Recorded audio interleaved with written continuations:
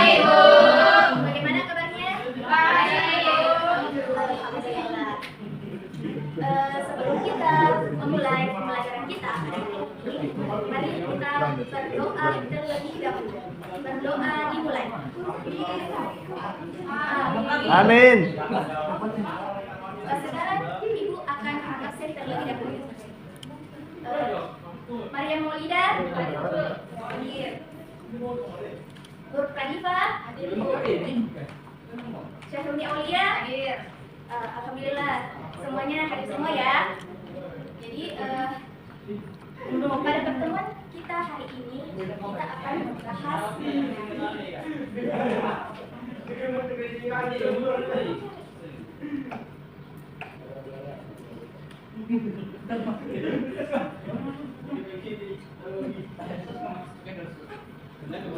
makna alam basa.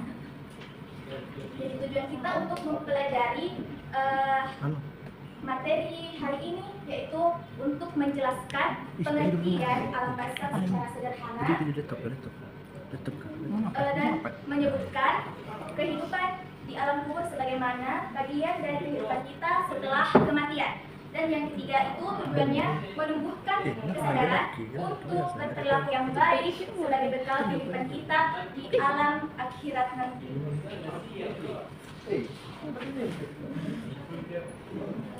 Kita untuk mempelajari materi hari ini yaitu untuk menjelaskan pengertian alam basa secara sederhana dan menyebutkan kehidupan di alam kubur sebagaimana bagian dari kehidupan kita setelah kematian. Dan yang ketiga itu tujuannya menumbuhkan kesadaran untuk berperilaku yang baik sebagai bekal kehidupan kita di alam akhirat nanti.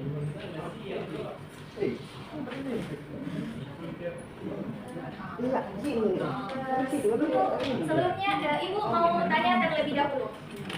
Apakah kalian sudah tahu apa itu alam barzakh? Tahu. Ya, apa itu? Siapa yang mau memberikan pendapatnya? Ya, betul. Siapa lagi yang mau? Alam barzakh. Oh, Al-Muslimun ayat 100 yaitu yang berbunyi wa'ihim barzahun ila yaumi yub'atsun, yang artinya dan di hadapan mereka ada dinding-dinding basah sampai hari mereka dibangkitkan. Nah, ayat ini ada yang mengatakan bahwa barzakh itu adalah pembatas dunia dan akhirat. Dan ayat ini juga menjelaskan bahwa setelah manusia meninggal di dunia itu mereka berada di suatu alam yang menjadi batas bahwa sebelum memasuki kehidupan di akhirat. Nah, apa tadi alam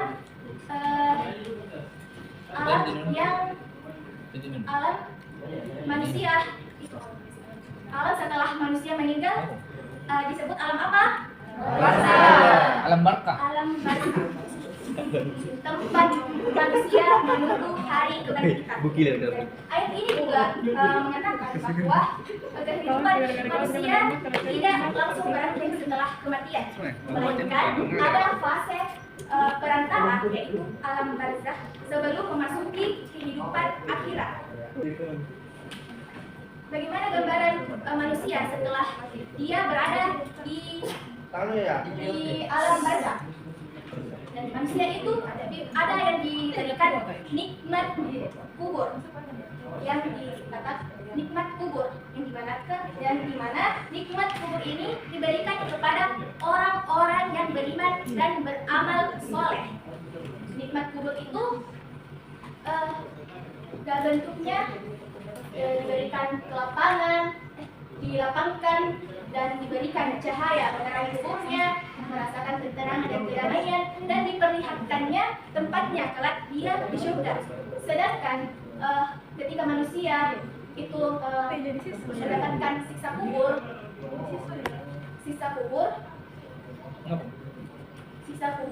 yang dimana orang itu ingkar atau banyak melakukan dia akan mendapatkan kuburannya menjadi sempit, berada dalam kegelapan, merasakan kesakitan dan azab dari Allah, dan diperlihatkannya neraka.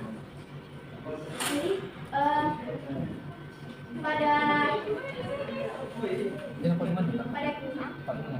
saat kita di alam kubur nanti ada malaikat yang datang ke kubur kita. Dia menanyakan, siapakah Tuhanmu, apa agamamu, dan apa dan siapa bagimu. Ibu mau bertanya, siapa malaikat yang bertanya pada saat di alam kubur? Ya betul, malaikat Munkar dan Nakir. Yang keempat, perspektif dunia. Kita menyadari bahwa kehidupan duniawi itu hanyalah sementara. Manusia itu tidak akan terlena dengan kesenangan duniawi karena mengetahui ada kehidupan setelahnya. Yang terakhir, kita dapat memperbaiki akhlak dan ibadah. Bismillahirrahmanirrahim. Assalamualaikum warahmatullahi wabarakatuh. Waalaikumsalam warahmatullahi wabarakatuh. Selamat siang anak-anak. Siang, Bu. Bagaimana kabarnya semua? Baik, juga baik. Oke, jadi hari ini kita masuk ke pertemuan kedua. Sebelum itu, Ibu akan mengabsen terlebih dahulu.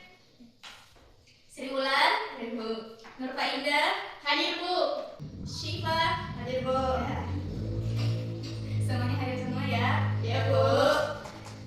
Siapa yang tahu hari ini kita belajar apa? Iman kepada Allah Subhanahu wa Ta'ala. Ya.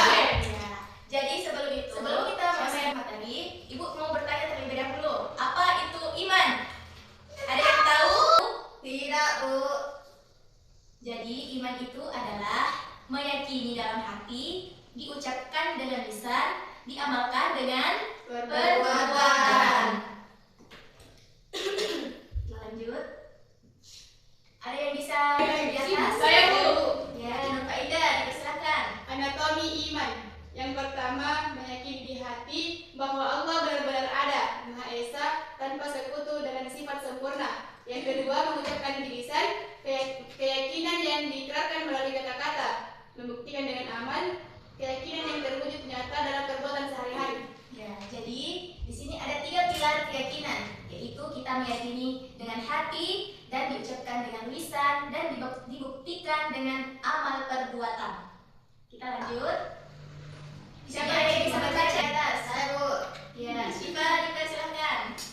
Rasul telah beriman kepada apa yang diturunkan kepadanya dari Tuhannya. Demikian pula orang-orang yang beriman. Quran Surah Al-Baqarah ayat 285. Ya, jadi landasan utama keimanan itu ada dalam Quran Surah Al-Baqarah ayat 285, yang artinya Rasul telah beriman kepada apa yang diturunkan kepadanya dari Tuhannya, demikian pula orang-orang yang beriman. Jadi iman itu adalah ikatan kolektif yang menghubungkan Rasul dengan umatnya melalui keyakinan yang sama.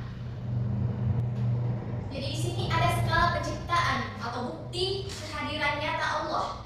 Ada di sini Dia menciptakan langit, matahari, bintang, dan keteraturan pergantian siang dan malam. Bisa membacakan di atas? Saya. Ya, kepada saudari Nur Faida, dipersilahkan. Panggilan untuk berpikir atau ulul albab. Sesungguhnya pada penciptaan langit dan bumi dan pergantian malam dan siang terdapat tanda-tanda atau kebesaran Allah bagi orang-orang yang berakal. Quran Surah Al-Imran ayat 190. Nah, jadi di dalam Quran Surah Ali Imran ayat 190 itu ada tafakur atau merenungkan tanda-tanda keberadaan Allah Subhanahu wa Ta'ala. Yang di sini menyampaikan bahwa sesungguhnya pada penciptaan langit dan bumi itu ada pergantian malam dan siang, terdapat tanda-tanda kebesaran Allah bagi orang-orang yang berakal. Di atas terkait dengan hubungan kita dengan pencipta kita, kepada saudari Sri Wulan. Kalau tidak dilihat berdiri, Ki. Minallah itu yang pertama melaksanakan sholat 5 waktu, yang kedua berdoa dan bertawakal secara total. Yang ketiga itu bersyukur atas segala nikmat. Yang keempat menjauhi perbuatan maksiat. Sedangkan hablu minan nas, yang pertama bersikap jujur dan memegang amanah. Yang kedua proaktif menolong sesama manusia. Yang ketiga menjaga lingkungan sebagai bentuk rasa syukur. Jadi inilah bagaimana kita berperilaku sebagai orang yang mukmin di dalam Islam. Bagaimana kita berperilaku di kehidupan ini yang hanya sementara ini. Bagaimana hubungan kita dengan pencipta kita dan bagaimana hubungan kita dengan sesama ciptaannya. Jadi terakhir di sini ada siklus keimanan yang berkesinambungan. Yang pertama itu ada tafakur. Jadi tafakur itu bagaimana kita merenungkan kesabaran kepada Allah melalui ciptaannya, dan tasdik. Di sini kita meyakini kebenaran tersebut sebagai dasar keimanan di dalam hati. Dan ketiga itu kita beramal soleh. Jadi terakhir kita sudah berada di penghujung pertemuan kita pada hari ini. Jadi sebagai penutup, ada yang bisa menyimpulkan materi kita pada hari ini? Saya Bu. Ya, kepada Nur Indah dipersilahkan. Jadi iman adalah dasar, ia dibuatkan oleh pikiran dan dibuktikan oleh perbuatan. Ya, baik. Jadi iman itu harus dikuatkan oleh pikiran, baik dari perbuatan kita kepada Allah maupun perbuatan kita kepada sesama ciptaannya. Jadi sebelum kita menutup pertemuan kita hari ini, marilah kita sama-sama berdoa terlebih dahulu. Berdoa dimulai. Amin.